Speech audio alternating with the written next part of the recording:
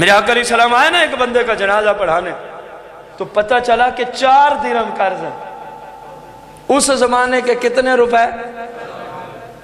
اس زمانے میں روپیہ بھی قرض ہوتا تھا۔ آپ تو کہتے ہوں گے یار 4 روپے بھی کوئی بات ہے، ساری رات مزدوری کرتے تو 1 روپیہ مر جی کے ملتا تھا۔ اب سمجھ آئے گی 4 روپے کی ویلیو تھی کہ نہیں تھی۔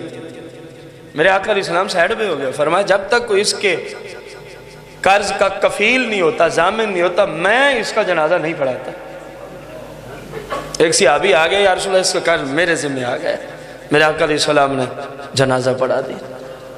اگرچہ مقروض کا جنازہ پڑھانا جائز ہے، لیکن امت کو تنبیہ کی جا رہی تھی، امت کو بتایا جا رہا تھا۔ مجبوری کی حالت میں تو بندہ قرض لے۔ یہ کون سا سسٹم ہے کہ جناب مستحبات کے لیے اور نام و نمود کے لیے، شہرت کے لیے ہم سارے معاملات کرتے ہیں قرض کے ساتھ؟ خدا کا خوف کریں، میرے آقا کے اس فرمان کو اسی انداز سے سمجھے جس انداز سے مصطفیٰ نے اپنے شاگرد کو عطا فرمایا تھا۔ فرمایا جہاد میں شہید ہونے سے رب سارے گناہ معاف کر دے گا، لیکن قرض کا معاملہ نہیں معاف ہوگا، وہ تجھے خود ہی پورا کرنا ہوگا، وہ تجھے خود ہی پورا۔ اور یہ حدیث کثیر کتب کے اندر ہے، یہ حدیث مبارکہ کثیر کتب کے اندر ہے، جو جس روایت سے آپ کو پیش کیا سیاہ ستہ میں سے 3 کتب کے اندر تو اس روایت سے حدیث موجود ہے۔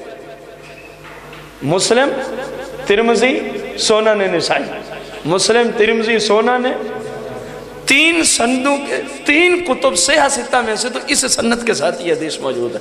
ہمیں سارے ختم ہو جائیں گے، لیکن بلند آواز سے تو انشاءاللہ ہم کوشش کریں گے جب تک کوئی خاص مجبوری نہیں ہوگی قرض حسنہ بھی کسی سے اپنے آپ کو سنبھالنے کے لیے، تو پتہ نہیں پیچھے کیا ہوگا۔